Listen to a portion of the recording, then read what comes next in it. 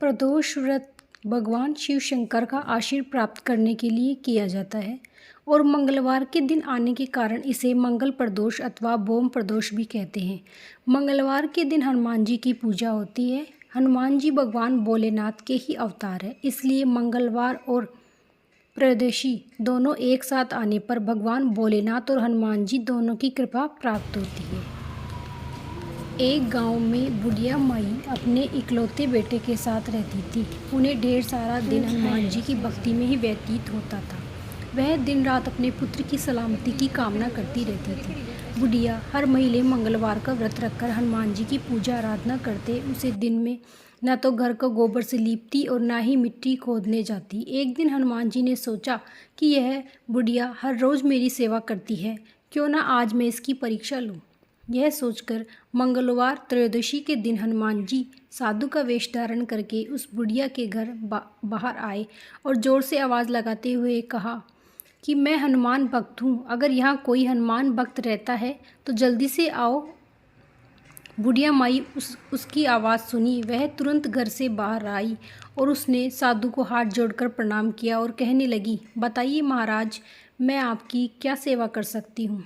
हनुमान जी बोले, मुझे बहुत भूख लग रही है, क्या तुम मुझे भोजन करवा सकती हो। इतना सुनकर बुढ़िया माई ने साधु महाराज को घर के अंदर आने को कहा और आसन बिछा दिया।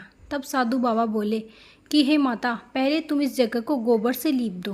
तब बुढ़िया माई बोली, महाराज आज मंगलवार है, अब मैं अपने खुद के अलावा अगर कोई काम करती हूँ तो अवश्य करूँगी, लेकिन मैं हनुमान जी की पूजा कर रही हूँ।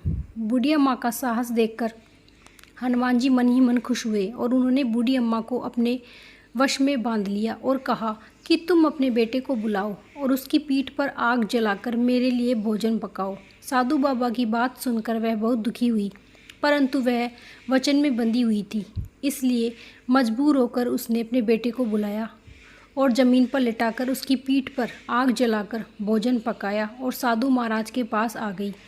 बुढ़िया माई को देखकर हनुमान जी बोले, बन गया भोजन। तब बुढ़िया माई बोली कि महाराज भोजन बन गया, कृपया करके आप भोजन ग्रहण करिए।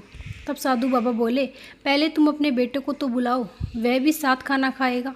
साधु बाबा की बात सुनकर बुढ़िया माई बोली, महाराज आप कैसी बातें करते हैं, मेरे बेटे की पीठ पर आग जलाकर खाना बनाया है, वह भोजन करने कहाँ से आएगा। तब साधु बोले, माता तुम आवाज़ तो लगाओ। तब बूढ़ी माँ ने अपने बेटे को आवाज़ लगाते हुए कहा, मंगल बेटा आ जाओ, भोजन कर लो। माँ के बुलाते ही बेटा दौड़ा दौड़ा आया।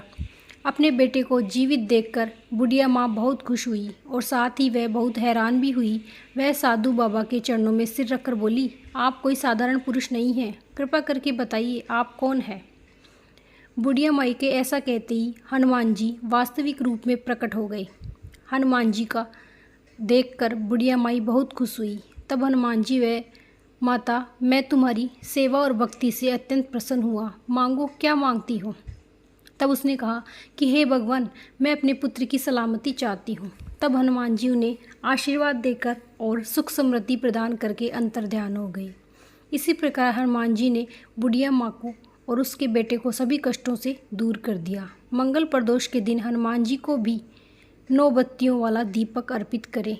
ऐसा करने से सभी प्रकार के कष्ट मुक्ति मिलती है। यदि किसी की कुंडली में मंगल दोष हो तो उसे मंगल प्रदोष का व्रत करना चाहिए।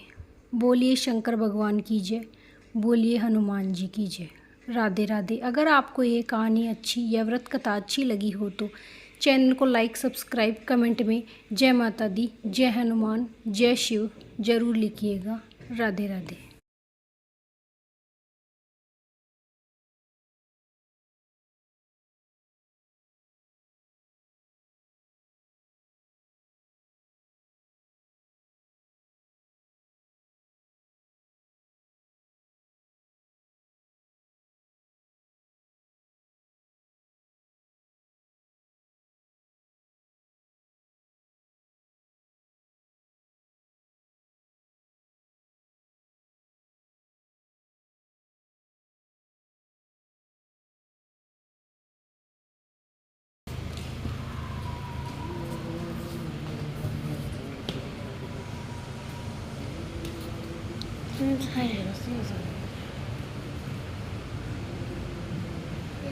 खड़ी हो जाओ, सभी